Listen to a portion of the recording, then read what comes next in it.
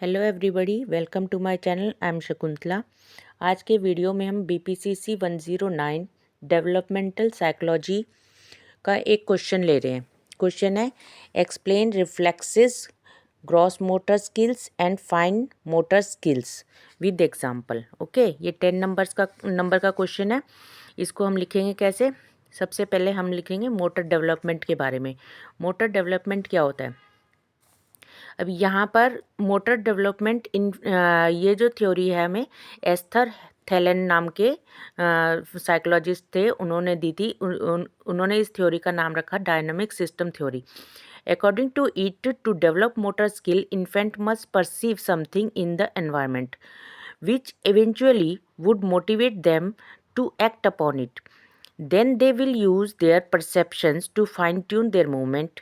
ठीक है, तो इसका मतलब क्या हुआ? इसका मतलब ये हुआ कि इन्फेंट जो होता है, बच्चा जो होता है, बिल्कुल छोटा सा इन्फेंट होता है, मतलब 0 ईयर्स का होता है, तो वो अपने सराउंडिंग को देख के कुछ परसीव करता है। ठीक है, कुछ इमेजिन करता है, कुछ परसीव करता है, कुछ भी उसके हिसाब से फिर उसको एक्शन लेने के लिए उसको मूवमेंट करता है। ठीक है, जैसे कि कोई हम पालने में, बच्चे के पालने में कुछ ऐसे घूमने वाली चीज़ डाल देते हैं, या उसको देखता है तो उसको परसीव करता है कि हाँ ये रोटेटिंग कुछ एक्साइटिंग चीज़ है, फिर वो उसको छूने की कोशिश करता है।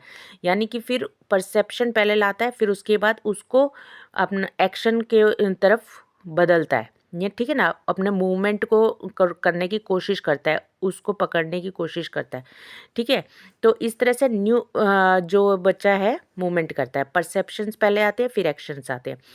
अब आता है new motor behaviour, result of various factor. ठीक है, ये जो थ्योरी है इसके अकॉर्डिंग जो न्यू मोटर बिहेवियर बच्चा सीखता है या एक्सेप्ट करता है, उसके वेरियस फैक्टर्स हो सकते हैं।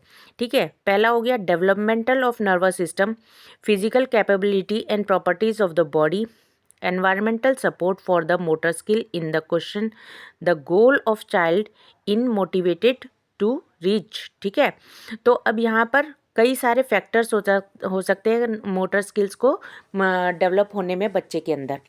ठीक है ना, जैसे नर्वस सिस्टम कैसा है उसका, कितना डेवलप्ड है कि नहीं, कितना कैसी उसकी फिजिकली वो फिट है, कितना वीक तो नहीं है। ठीक है, तो ये सारी चीज़ें, बहुत सारी चीज़ें हैं जो उसको मोटर स्किल्स को डेवलप करने के लिए उसको हेल्प करती है। अब नेक्स्ट पॉइंट आता है reflexes. These have an adaptive value and thus considered as genetically carried survival mechanism. ठीक है, रिफ्लेक्सेस क्या होते हैं? ये हमारे जेनेटिकली कैरिड सर्वाइवल मैकेनिज्म होता है, यानी कि उसको कोई सिखाता नहीं है। यानी बच्चा जैसे ही पैदा होता है वैसे ही वो रोने लग जाता है, या बच्चा जैसे ही वो पैदा हो रहा है हाथ को हिलाने लग जाता है, बच्चा मुंह अपना मुंह चलाने लग जाता है, जैसे कि वो दूध पीना चाहता है जैसे भी। ठीक है, तो इस तरह से ये सब चीज़ें कोई उसको सिखाता नहीं है, ये सब चीज़ें जेनेटिकली उसके अंदर आ जाती है।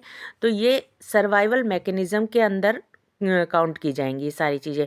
अगर ये सब चीज़ें नहीं होंगी तो वो सर्वाइव कैसे कर पाएगा? ठीक है ना, तो कई रिफ्लेक्सेस होते हैं जो बच्चे के अंदर पैदा होते ही आ जाते हैं। ठीक है ना, इनमें कई सारे रिफ्लेक्सेस बुक में दिए हुए हैं, जैसा कि है routing reflex, sucking reflex, motor reflex. ठीक है ना, रूट और भी, हाँ, blinking reflex and swimming reflex, grasping reflex, ये सब हमारी बुक में दिए हुए हैं। ठीक है, तो इनमें क्या होता है?